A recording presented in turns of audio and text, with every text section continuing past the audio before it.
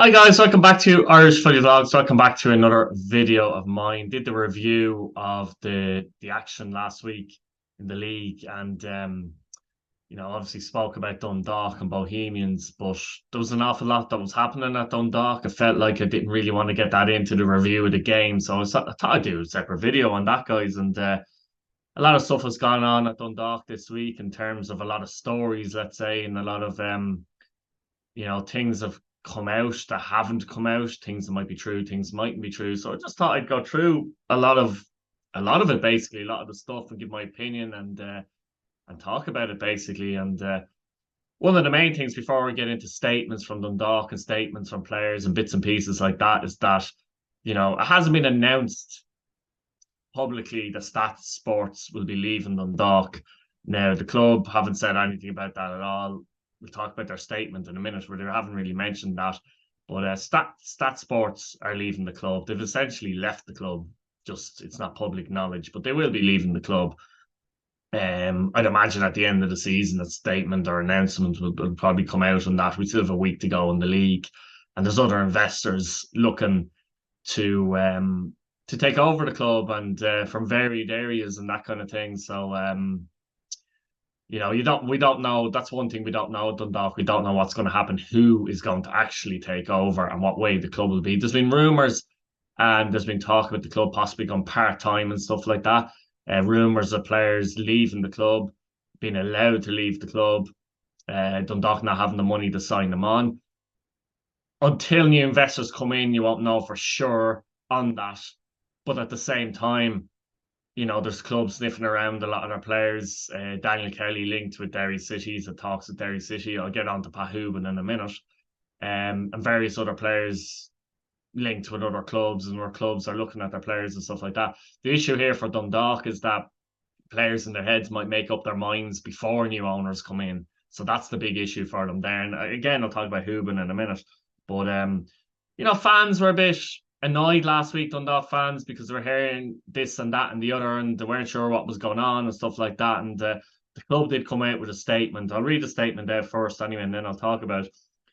In light of all that, they came out with a statement. Dundalk Football Club confirmed the talks over potential investment in the club are ongoing.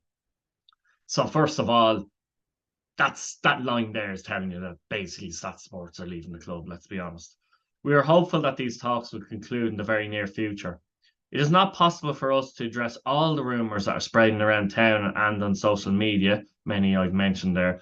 Many of them are a mixture of pure speculation, half-truths, and simple falsehoods. Now that's important. I'll come back to that. However, we recognise that many of these rumours are due to a deep concern by supporters regarding the welfare of the club. Fair enough. We would ask for some space to conclude the discussions that we hope will bring Dundalk FC into an exciting new era. In the meantime, we would ask everyone to put their sole focus on the team, starting with our final home game of the season against Bohemians on Friday. Of course, that's gone, and they won that 2-0, Dundalk. Please get behind Stephen and the players so we can achieve as high a finish as possible this season. Now, I think that statement was put out to try and avoid hassle, let's say, from fans for the final home game against Bows. That went well, to be fair. Mainly probably because of the performance that was put in by the team that night as well. If things are bad and they put in a poor performance and Bows roll them over, that might have been a different story. But I mean, a lot of fans just want to know what's going on, etc., etc. And I'm sure fans can understand if there's ownership taking over and that you're going through a process. They don't expect the club to kind of give them minute-to-minute updates. But when they hear rumours of possible going part-time and things like that, and players and stuff like that. But I'll just get back into that important bit where I felt was very important. And I felt this before even the kind of report or newspaper interview, if you like, with Pat Hoban came out as well. When they say many of them are mixed or pure speculation, half-truths and simple falsehoods, well, most of them are true, to be honest, aren't they? Let's be honest. I mean, the speculation about them have been in talks and new ownership taking over is true. And that was one of the main things. Stat Sports leaving is true. That's one of the main things as well. And then there was a rumour that came out regarding Pat Hoban, wasn't there? that he wouldn't start the final game against Bows because, you know, he was told that he wouldn't be offered, they wouldn't be able to pay his wages next season, that he wouldn't be part of the club next season. So that rumour that was really annoying Dundalk fans turned out to be true as well. So the main rumours turned out to be true. So the statement from Dundalk, especially in that line there, in my opinion, was a bit poor. They were better off saying nothing there as opposed to coming out with that. Like, I don't know if they panicked or whatever, but I don't know. I don't think that would have helped themselves with fans. Again, Dundalk fans, let me know in the comments what you think about any of this. But so that proved to be true. Pat Hoban was on the bench against Bows on Friday. He actually came on and played a part in the opening goal. And, you know, Pat Hoban's the top scorer for Dundalk of all time. Of all time, he's been a great leader, great presence at the club, in his first and in this current spell as well. Yeah, you have to treat him better than that. Surely you got to treat a player better than that. And Pat Hoban still has something to give. You see, this is the thing as well. He's 32, but he's not the type of striker that relies on pace. So there's a few years left in Hoban. His anticipation's very good.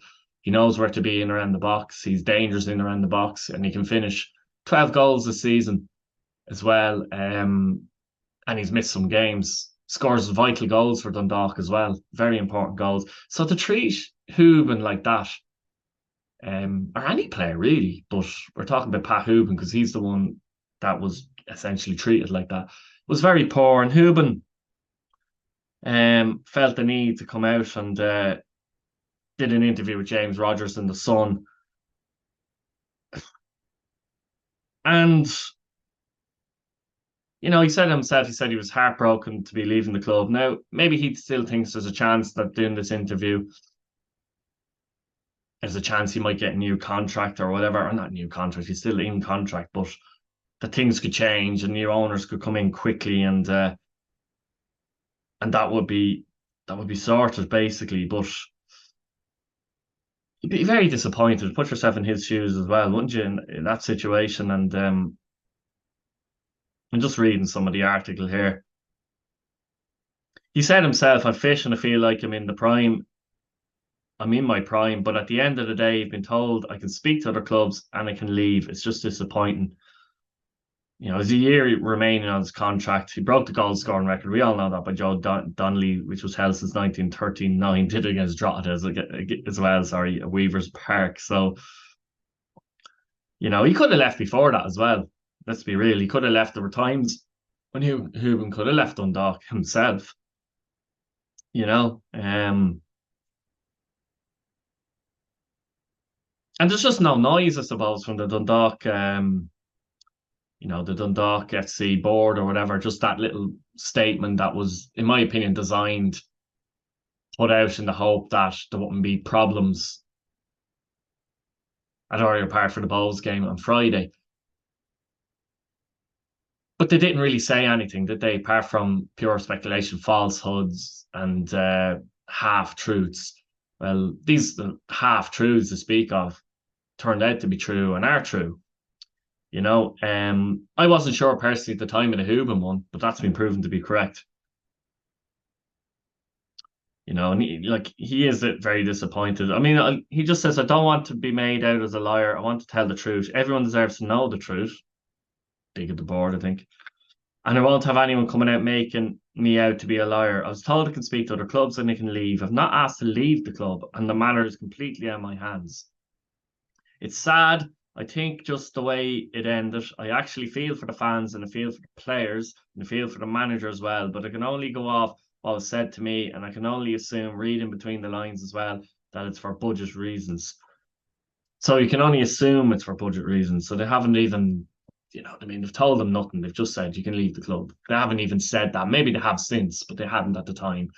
I don't know. Dundalk fans, let me know what you think about that. Or any fan of any club. I mean, it's bizarre, but for me it comes back to Dundalk bringing out that statement and basically saying everything was bullshit, nothing was true. You know, it's all lies and all this stuff that's gone on social media. Well, most of it actually is true, and most of it has turned out to be true, as proven with the Pat Hoban article. Unless you think Pat Hoban is a liar and the club come out and say he's a liar. Do you know what I mean? In which I wouldn't think that's the case by any means at all. Um,